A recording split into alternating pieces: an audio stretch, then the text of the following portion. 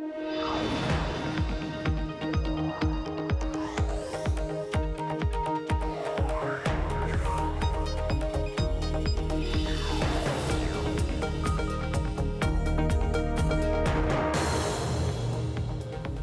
Emily Chang in San Francisco, and this is Bloomberg Technology. Coming up in the next hour, an upbeat earnings report for Lyft. It's first as a newly public company. The ride-hailer beating estimates with a strong forecast, but its spending also ramping up dramatically. Plus, Melinda Gates opens up. We talk about her new book, where she's putting her money, and what she thinks the biggest priorities for tech should be. And Google holds its annual developers conference in Mountain View, where it is doubling down on privacy. We will hear from a top exec. But first, to our top story. Lyft shares falling after a quick pop on the heels of first quarter earnings. The ride-hailer projected second quarter revenue of up to $810 million, exceeding the $782 million that analysts had forecast. Lyft also reported an eye-popping net loss, though, of $1.14 billion in the quarter, which was larger than the company's loss in all of 2018. Joining us to discuss, Mandeep Singh of Bloomberg Intelligence. So, Mandeep, they also beat on revenue in general, but why so much spending just in a single quarter? I think there are a couple of things that happened. You know, when I look at the metrics, obviously there was a top line beat, but they haven't shown as much leverage when it comes to, you know, sales and marketing or R&D.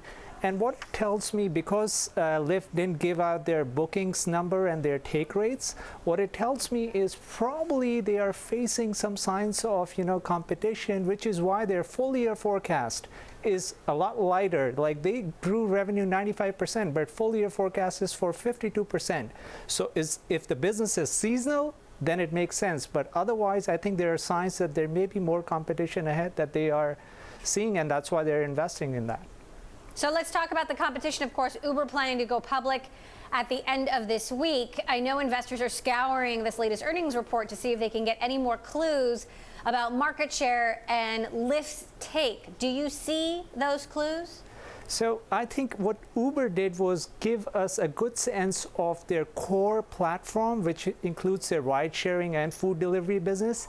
And that has positive EBITDA margins. It's high single digit EBITDA margins that they think will grow over time. In case of Lyft, we know the core ride sharing business has negative EBITDA margins and they don't have a path to profitability. So on the call, I hope they highlight how they're going to, you know, improve on that EBITDA line, because in Uber's case, we know that their EBITDA margins for core business are positive.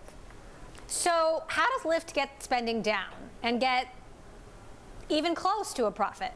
Well, I think sales and marketing is an easy one, and you know what goes in the sales and marketing line. It's the subsidies, the rider subsidies.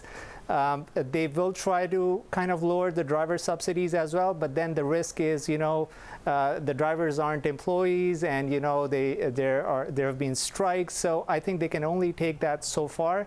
And they may have to cut on the R&D side as well. I mean, autonomous cars is far out. So if they're allocating a lot of, spending on just R&D related to autonomous, that can come down because the numbers just don't look good from an EBITDA standpoint for them.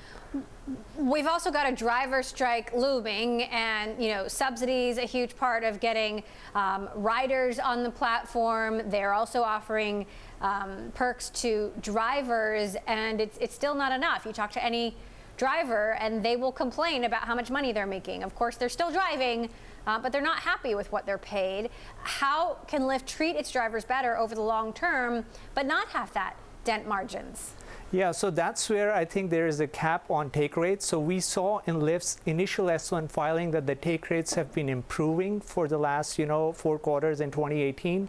But that's why I don't think they can keep improving forever, just because you can't take, pay your drivers less and less. So eventually they will have to, normalize that and probably pay their drivers more, which puts a cap on their take rates. And I think it's a kind of an interesting, scenario for them, that they want to maintain that top line growth, but at the same time, it comes at the expense of, giving their drivers a higher take rate, and that hurts their EBITDA. So it's an interesting scenario.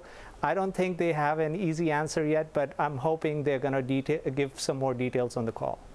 So how do these new numbers impact Uber's IPO this Friday and how investors will approach it? I think with Uber, at least from a disclosure standpoint, they have done well just in terms of highlighting where the core business stands, where they're going with food delivery. One of the metrics that really caught my attention was the average rides per rider for a rider who is subscribing to Uber Eats as well as the core ride sharing is about 11, whereas for core ride sharing is just 5. So and in Lyft's case, the average rides per rider is close to 4.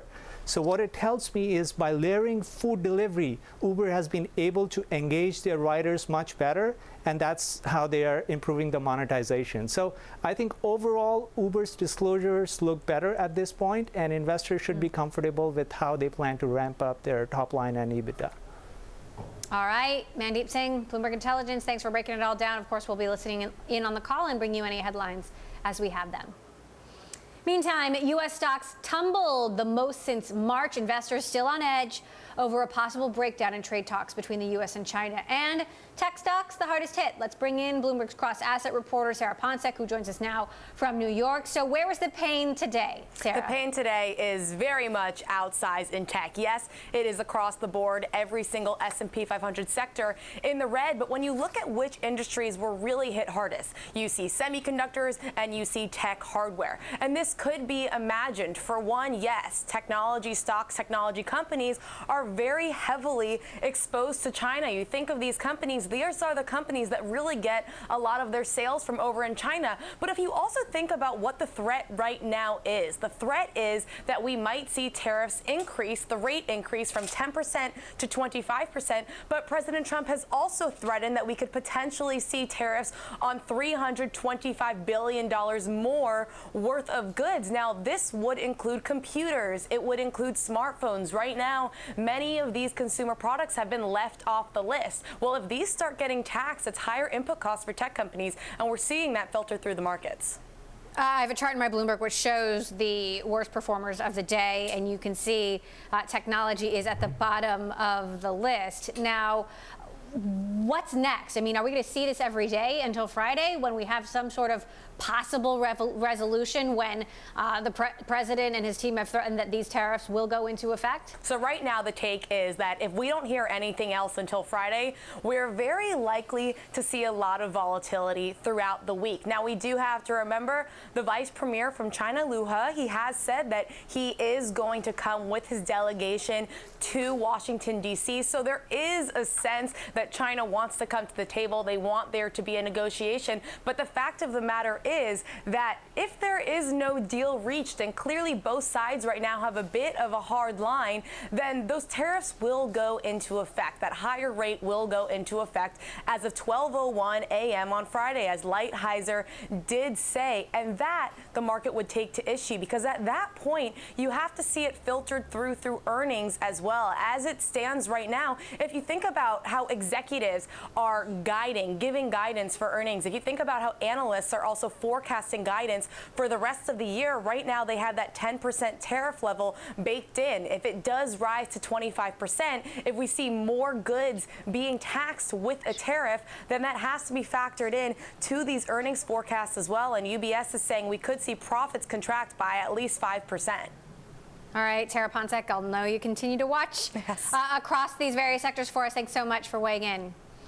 Well, Facebook COO Sheryl Sandberg, meantime, met with senators on Capitol Hill as the social media giant nears a record privacy settlement with U.S. regulators that could cost Facebook up to $5 billion. A Facebook spokesperson said the meetings have been long planned and there's no discussion of this pending settlement with the Federal Trade Commission. Sandberg did, however, meet with members who sit on the Senate Commerce Committee, which oversees the FTC.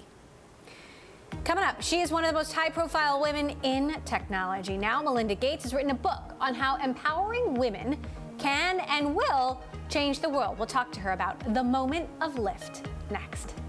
And if you like Bloomberg News, check us out on the radio, listen on the Bloomberg app, Bloomberg.com, and in the U.S. on SiriusXM. This is Bloomberg.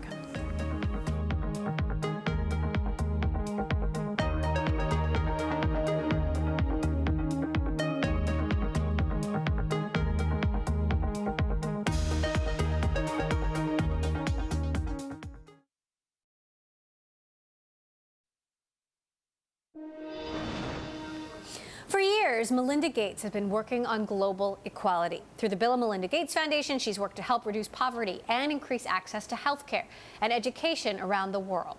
Now, she's making sure women get their fair shot, investing in women investors and entrepreneurs, and with her new book, The Moment of Lyft, How Empowering Women Changes the World. Now, I sat down with her for a wide-ranging conversation about what she hopes can be accomplished, where she's putting her money in technology, pending regulation, and why the moment was right for her to write this book right now. I've been traveling for over 20 years, and I've heard all these women's stories that called me to action.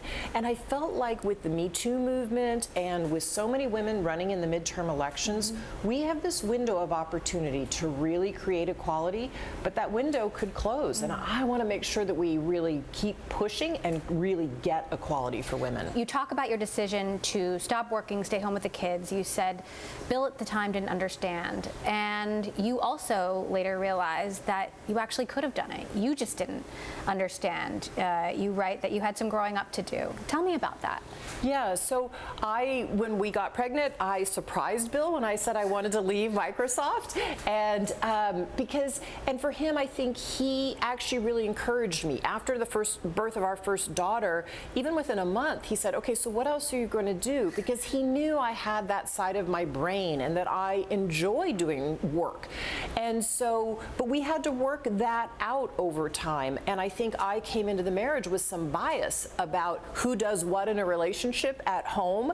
I think maybe I gave him a pass on a few things because he was the CEO of Microsoft. And I had to learn over time, no, you don't get a pass. You are a dad. Now, my favorite anecdote is when you decided that division of labor was not fair and he was going to do school drop-off, which was actually a lesson to the other parents. Hey, if the CEO of Microsoft can do it, so can you, Dad. Definitely. Tell me about that. Yeah, so it was one of those conversations you have at home about who does what. We both agreed what school we wanted our daughter to go to, but I thought I could see all the years ahead in traffic and driving, and I said, let's just wait. Let's wait till she gets to third grade and put her in that school. It was not close to our house.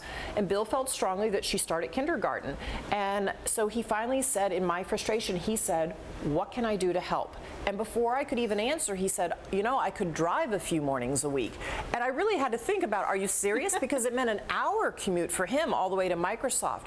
But what we didn't realize is by having that conversation and rebalancing in our relationship, sure enough, all of a sudden, 3 weeks in, far more dads started to drive their kids. And a mom came up to me and said, do you see what's happening here? And I said, yeah, more dads are driving. And she said, we went home and said, if Bill Gates can drive, by gosh, so can you. You have a whole chapter on workplace culture. You talk about Susan Fowler and her exposure of some of the bad things that were happening at Uber.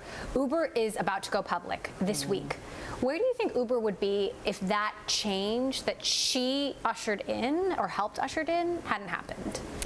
I don't know. I don't think any of us could answer that question, to be frank, but I do know that what was happening there needed to be called out, and it takes courageous women, and when one woman speaks out, other women need to come around, and men, and say, this is not okay. The way that we get change in the workplace or in any culture is for men and women to transparently talk about what's going on. The reason that's so important in the workforce is that if a woman is harassed in the workforce, she leaves her job within 2 years at an 80% rate.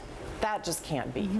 You're investing in women in technology now. You're investing in tech venture capital firms, and one of your strategies is to invest in women. Still, women account for 9% of venture capital investors in Silicon Valley. Women-led companies get 2% of funding. So despite all of this conversation, the Me Too movement, the momentum, the numbers still look that way. How much progress have you seen in the last year?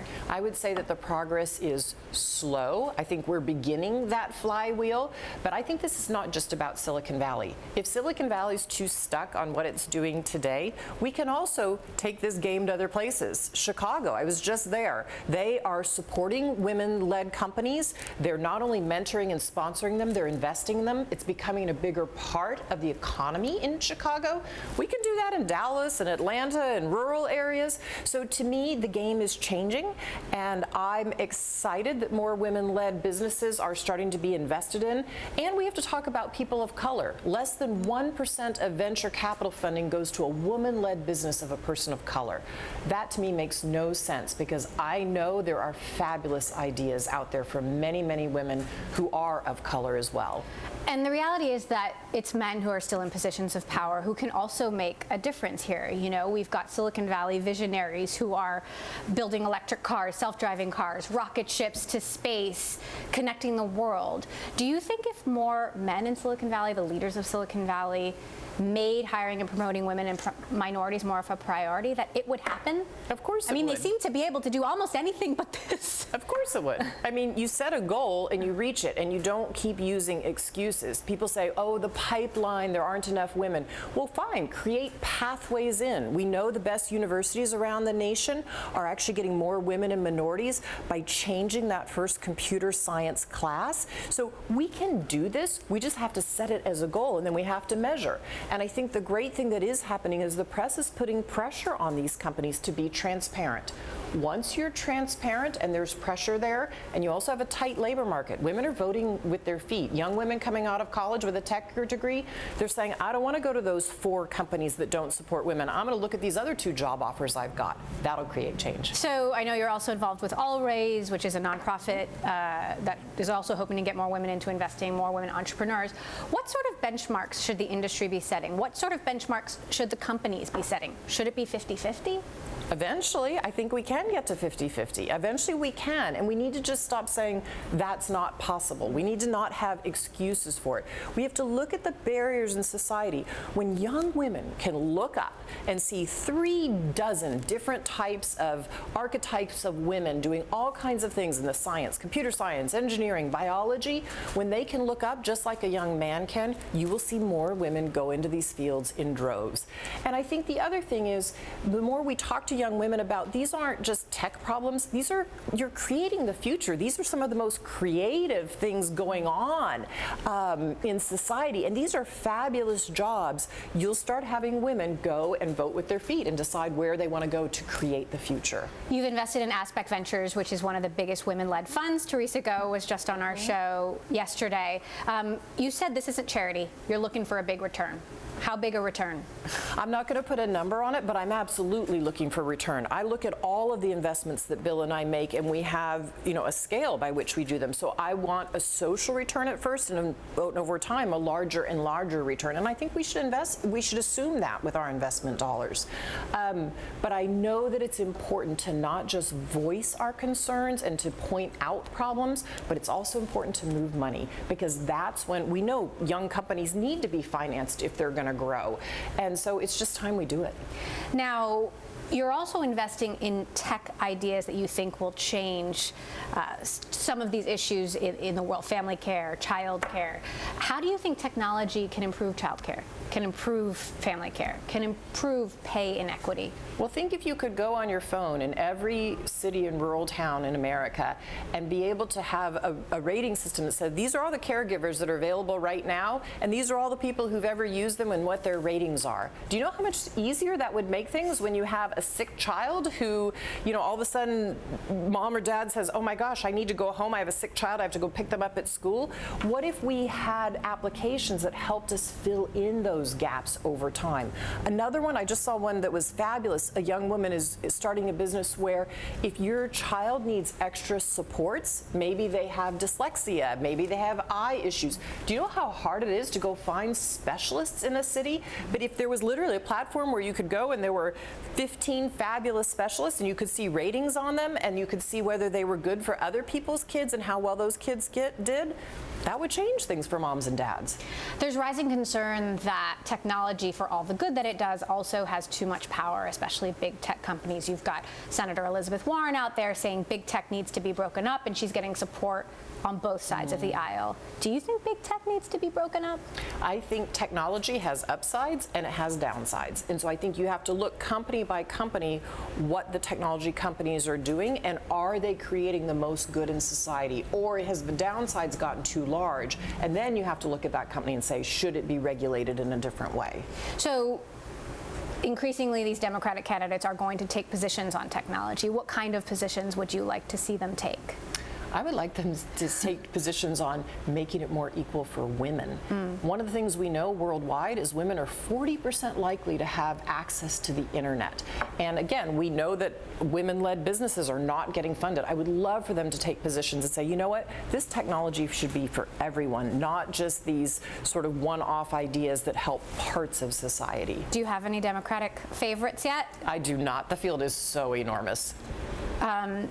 You've also been pushed to take a stand on some of these progressive tax plans, plans that would involve the rich paying a lot more money. What would encourage you to take a position? Will you take a position on some of these incoming plans? So it's not our role as citizens to say this is the right tax policy. That is government's role. I think it's important to know that. Bill and I have spoken out vociferously, though, that we believe high-income people should pay more than middle income than low income.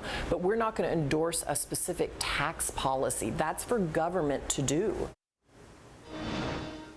Melinda Gates there, co-chair of the Bill and Melinda Gates Foundation, author of The Moment of Lyft. You can catch the full interview at Bloomberg.com. Coming up later in the show, Google hosting its annual I/O Developers Conference in Mountain View, California, and the theme so far seems to be privacy. Take a listen to what CEO Sundar Pichai told the crowd. Privacy and security are the foundation for all the work we do, and we'll continue to push the boundaries of technology to make it even better for our users.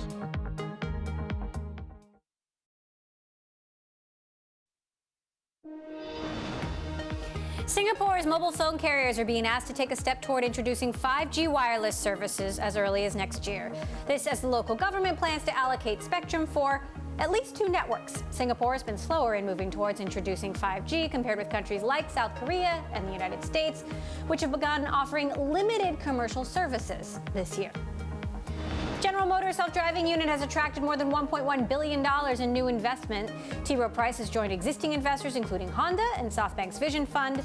The business, called GM Cruise, says it's now valued at $19 billion. Finally, old-line financial firms are helping customers weed out payments for services they no longer use, like Netflix subscriptions or gym memberships. Apps like Clarity Money from Goldman Sachs assist users who want to house clean their accounts of recurring fees. In some cases, the apps can cancel the fees or even renegotiate their costs. Sometimes they get a cut of the savings. Coming up, we'll go to the Goldman Sachs Leveraged Finance Conference and sit down with Goldman's global co-head of investment banking, Greg Lemkow, for his perspective on the recent IPO run in tech. And of course, we're live streaming on Twitter. You can check us out there at Technology and follow our global breaking news network, TikTok, on Twitter. This is Bloomberg.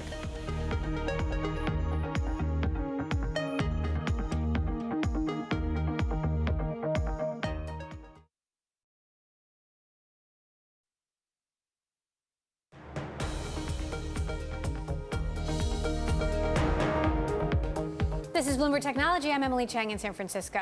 Let's once again recap the massive sell-off in the U.S. markets this Tuesday on renewed global trade tensions.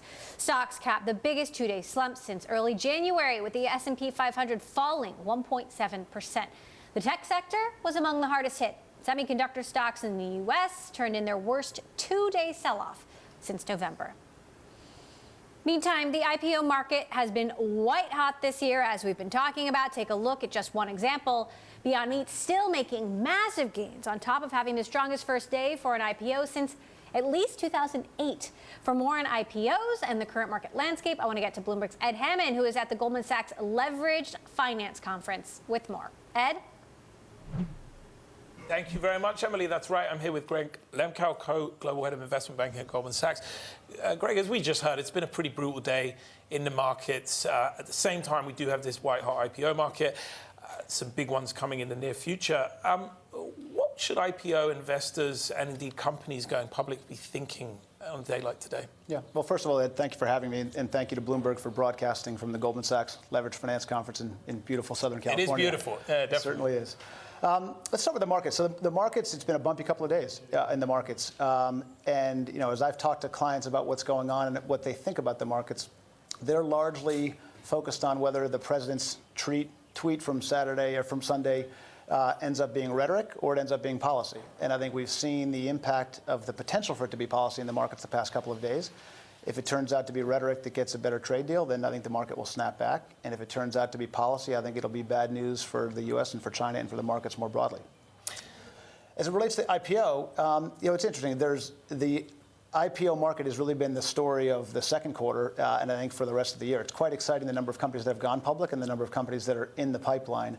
I think most investors that are looking at these companies are investing for the long term, so they're not going to be overly impacted by a couple of days in the market. But we have seen an incredible wave of companies become public. There's been lots of focus on these high technology, high growth companies. But if you look at the companies that we've seen to date, you've seen a 165-year-old company in Levi's, and you've seen a 10-year-old company in Beyond Meat. So it's been a pretty wide range. The best performer has been, as you say, like a false or faux meat producer. Why do we see that divergence in sort of, as you say, these are long-term investments for a lot of people, but that sort of day one or week one fortunes of some of these companies? Why are some doing so well and some less well? Yeah, I think these transactions are quite complicated to execute. I think in particular, this wave of companies that's coming, you need to help explain to investors new business models that they haven't really seen before or haven't invested in as public companies. And then you have to decide how they're going to value these companies and the balance between growth, which is getting lots of value right now, path to profitability, and market share. And so that's one complicated element of pricing these things the right way. And then the other is exactly what the issuer's objectives are. Are companies trying to maximize the price at which they can raise proceeds? Are they trying to build an investor base for a long period of time? And then the final variable is you've got a wide range of proceeds being offered. So companies with a couple of $100 million afloat versus billions of dollars afloat are going to have very different supply-demand impact in terms of the market, the pricing, and the immediate aftermath of trading. And obviously, we are here at the Leveraged Finance Conference, a lot of middle market clients in this conference with us. That's been a part of the market that has suffered this year. Candidly, since December, when we had that volatility, we've seen a real pullback in particularly middle market M&A. At the same time, it's been an area Goldman has pushed very hard into, a lot of fanfare around you sort of putting more bodies on the ground across the country, building these relationships. Are you there for the long term now that this opportunity seems to be, as I say, coming in a bit? Yeah, we are. I mean, as you know, we've got David Solomon took over as CEO about 6 months ago, and he's been challenging all of us running businesses to figure out how to grow the business and how to deliver better returns for shareholders. As we think about growth in investment banking, there's really three ways we can grow. We can increase our market share for the clients and products we offer today.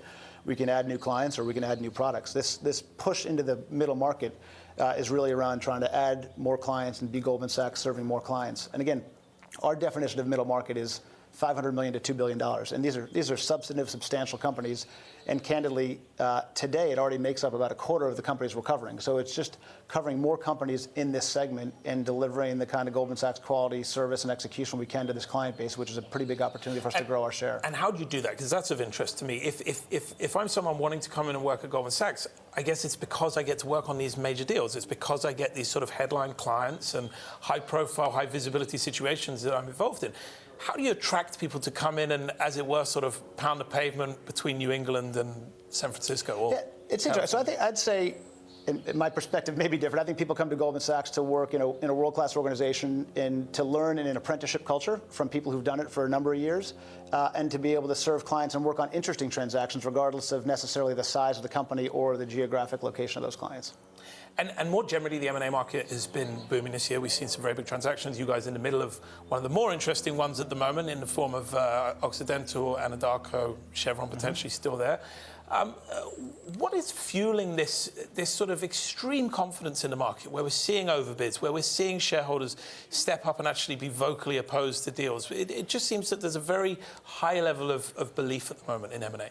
Yeah, as you said before, we've seen a drop-off in M&A at the smaller scale, but the big cap transactions have continued to happen. And I think what's been really interesting is you've seen activity levels in sectors that haven't really seen it. So you've seen bank consolidation in financial institutions. We haven't seen that for a number of years. You've seen a lot of activity in energy, and I think more to come.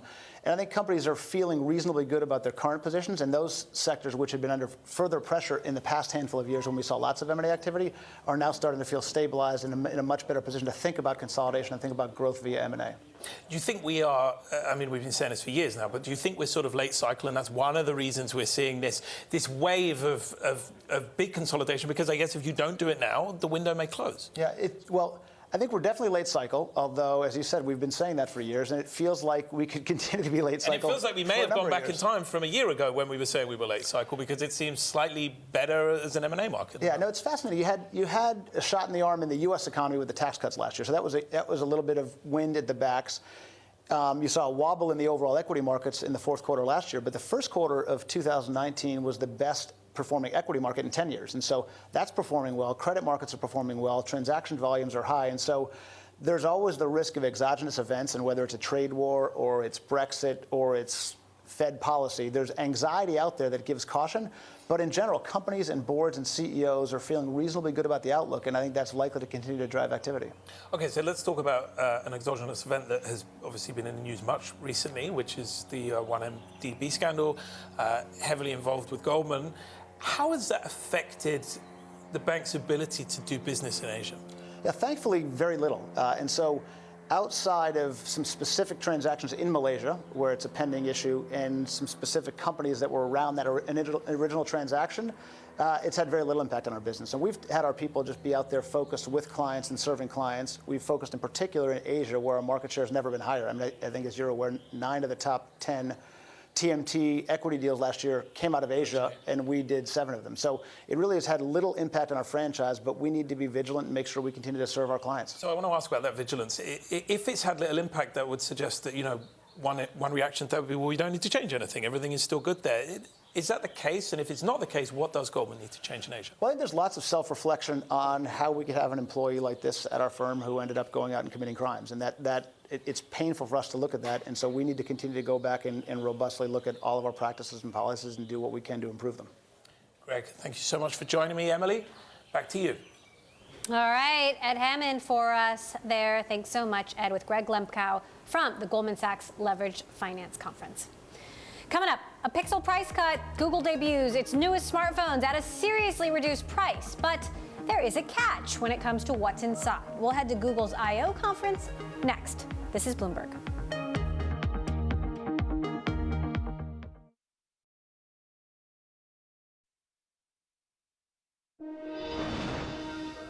Google is looking to make its Pixel line of smartphones more attractive to consumers with a cheaper price tag. This after its higher-end line of Pixel phones failed to sell in large numbers. The newer models, dubbed the Pixel 3a and Pixel 3a XL, will range from $400 to $479, nearly half the cost of their predecessors. I spoke with Google's Vice President and General Manager of Pixel, Mario Quiroz, about the new devices at the I.O. Developers Conference in Mountain View, California. The new phones are really exciting in that basically what we set out to do is to design a product from the ground up at a much lower cost and then really rely on our unparalleled software capabilities to bring premium experiences to that lower price and really to make a phone with premium experiences available at half the cost or half the price of your typical flagship phone, including our industry-leading smartphone camera.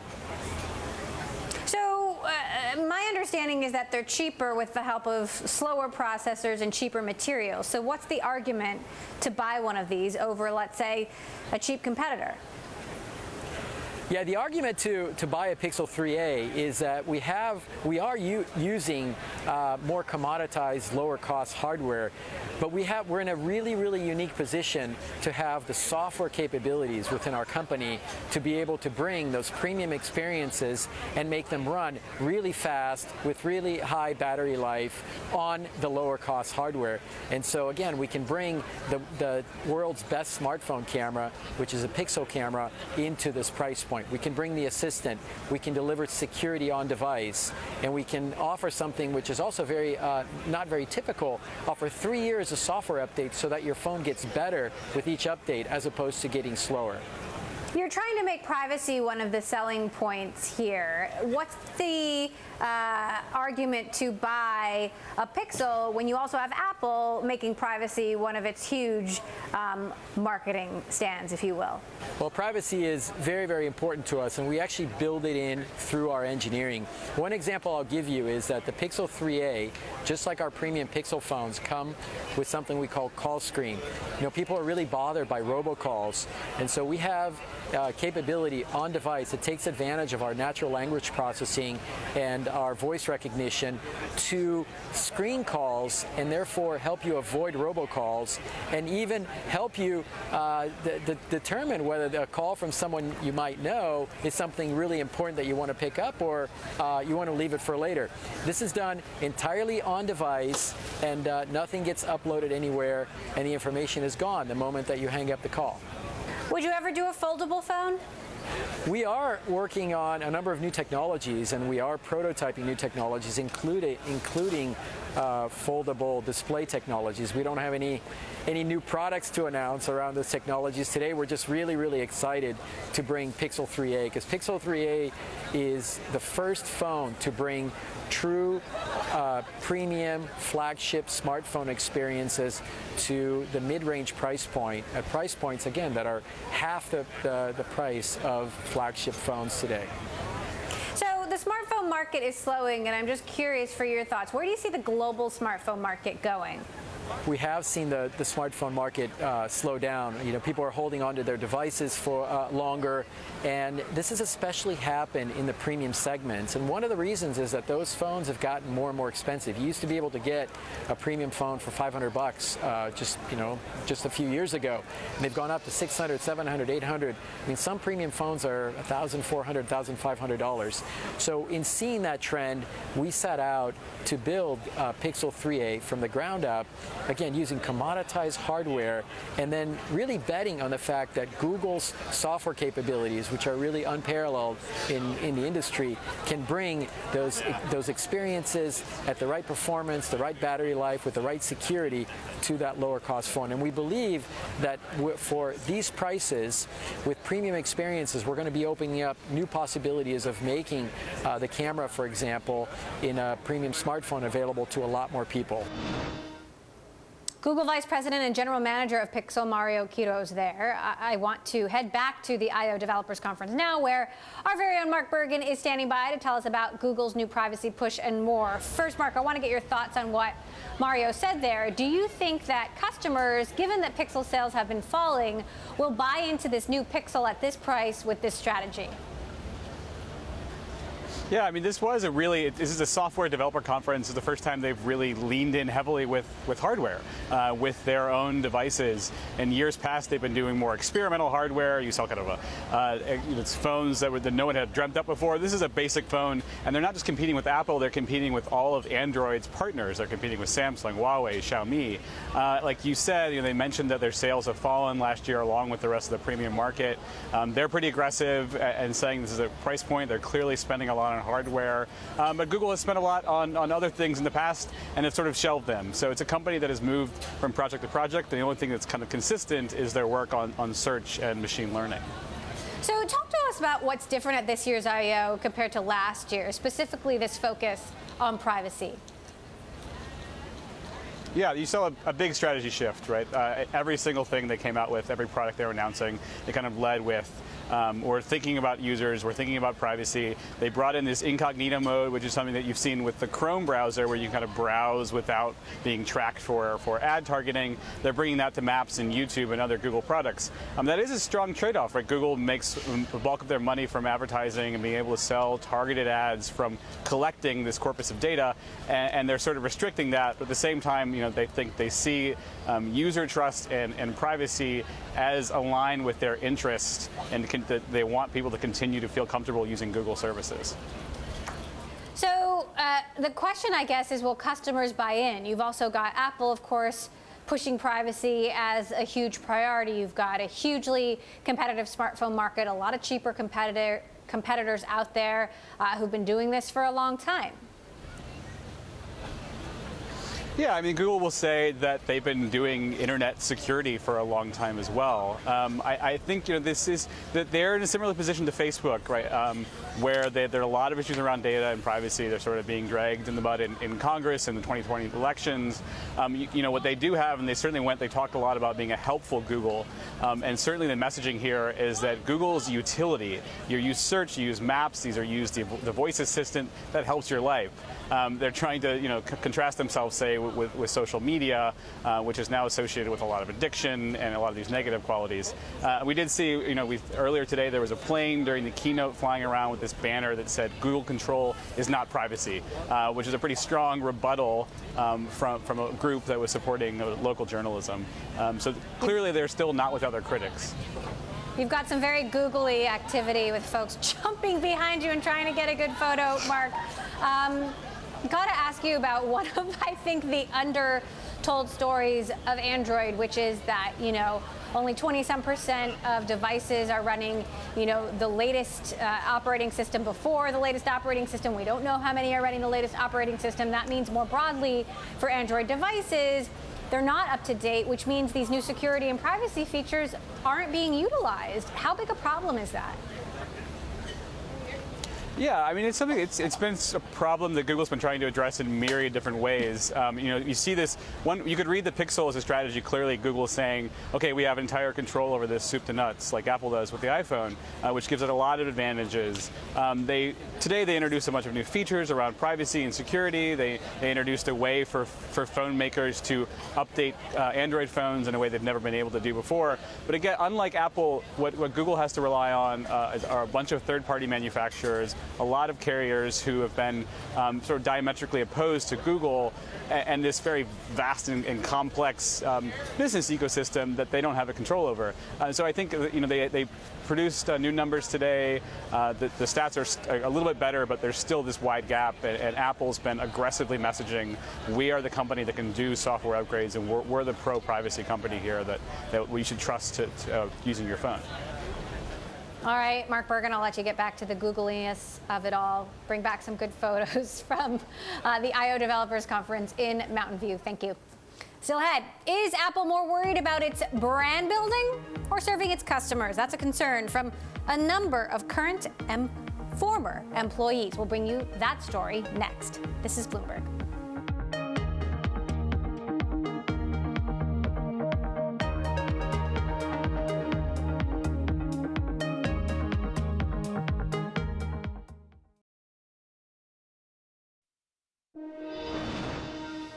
Apple stores are being hit by complaints that customer service is getting worse. Current and former employees tell Bloomberg that brand building has become more important than serving shoppers. They say the quality of staff has declined during an expansion in which Apple opened more than 500 stores. Earlier this year, Apple announced that retail chief Angela Ahrendts would be replaced by company veteran Deirdre O'Brien. Joining us now, Bloomberg Tech's very own Mark Gurman. So, Mark, you did a lot of interviews here. What are these current and former employees telling you exactly? The essence of it is that Angela Ahrendts, formerly the CEO of Burberry, tried to really turn Apple stores more into luxury emporiums rather than a place for mission shoppers. Before, the Apple store used to be a place where you can go in, you can go grab a product off the shelf, and then you could go to a cashier and pay for it. That's simple retail 101. You were also able, if you had a problem with your device, customer service, very key to Apple, of course, go up to a dedicated place, a Genius Bar, and get it fixed. The problem is these days, both of those core things of classic Apple stores are much more difficult. The cash registers are gone. It's hard to know which employees are there to help, to check you out, to navigate you to people. And getting things repaired is just a lengthy process. Times to wait for repairs are adding up. The Genius Bar experience is gone. Now you have roaming geniuses. You have geniuses under trees in something called the Genius Groves. So right now, Apple stores are really all over the place, and it doesn't seem like the company has really had a vision of what it thinks the store should be anymore. And now under the new retail chief, Deirdre O'Brien, the hope is that Apple will start to go back to some of its roots, which had very successful stores. Right, and on the flip side, the online ordering experience and delivery experience has gotten a lot simpler. Does this have anything to do with Angela Ahrendts' departure? That's a good question. Now, it does not appear like she was fired or pushed out. My interpretation is that, she was wanting to leave. She gave actual good reasons, rationale for wanting to leave, spending more time with her family. Of course, she's from Indiana originally, here in the United States, worked in Burberry in London for many years, and then traveling to California. Of course, you would want, to actually spend time with your family, but it doesn't appear like they did everything they could to get her to stay. I think Apple realized it was time to, shake things up after 5 years of that strategy. And I think you saw that toward the end of Angela Ahrendts' tenure when you saw them going back to that hard push of iPhone sales and upgrades. And I think you're going to see more of that as Apple continues to reverse this sales slowdown of their key hardware products. Has Apple given you any response to this latest report? No, Apple declined to comment, but the company, they did hire this new retail chief, and I think that's giving a lot of optimism inside the company, especially among the 70,000 retail employees who believe there are going to be positive changes. And of course, it should be noted, when you have so many stores across the world, you have 505 now as of the end of this week. This weekend, there's a new store opening in Washington, D.C., 70,000 employees. There are going to be mixed opinions. But in recent years, under Angela Ahrendts, there has been an increase of complaints about customer service, people not really agreeing with the direction. So there's a lot of optimism that there's going to be a shift back to what was so successful under previous retail heads. All right. Bloomberg Tech's Mark Gurman, as always, thanks so much for your reporting. And that does it for this edition of Bloomberg Technology. Remember, we're live streaming on Twitter. You can check us out at Technology. And be sure to follow our global breaking news network, TikTok, on Twitter. This is Bloomberg.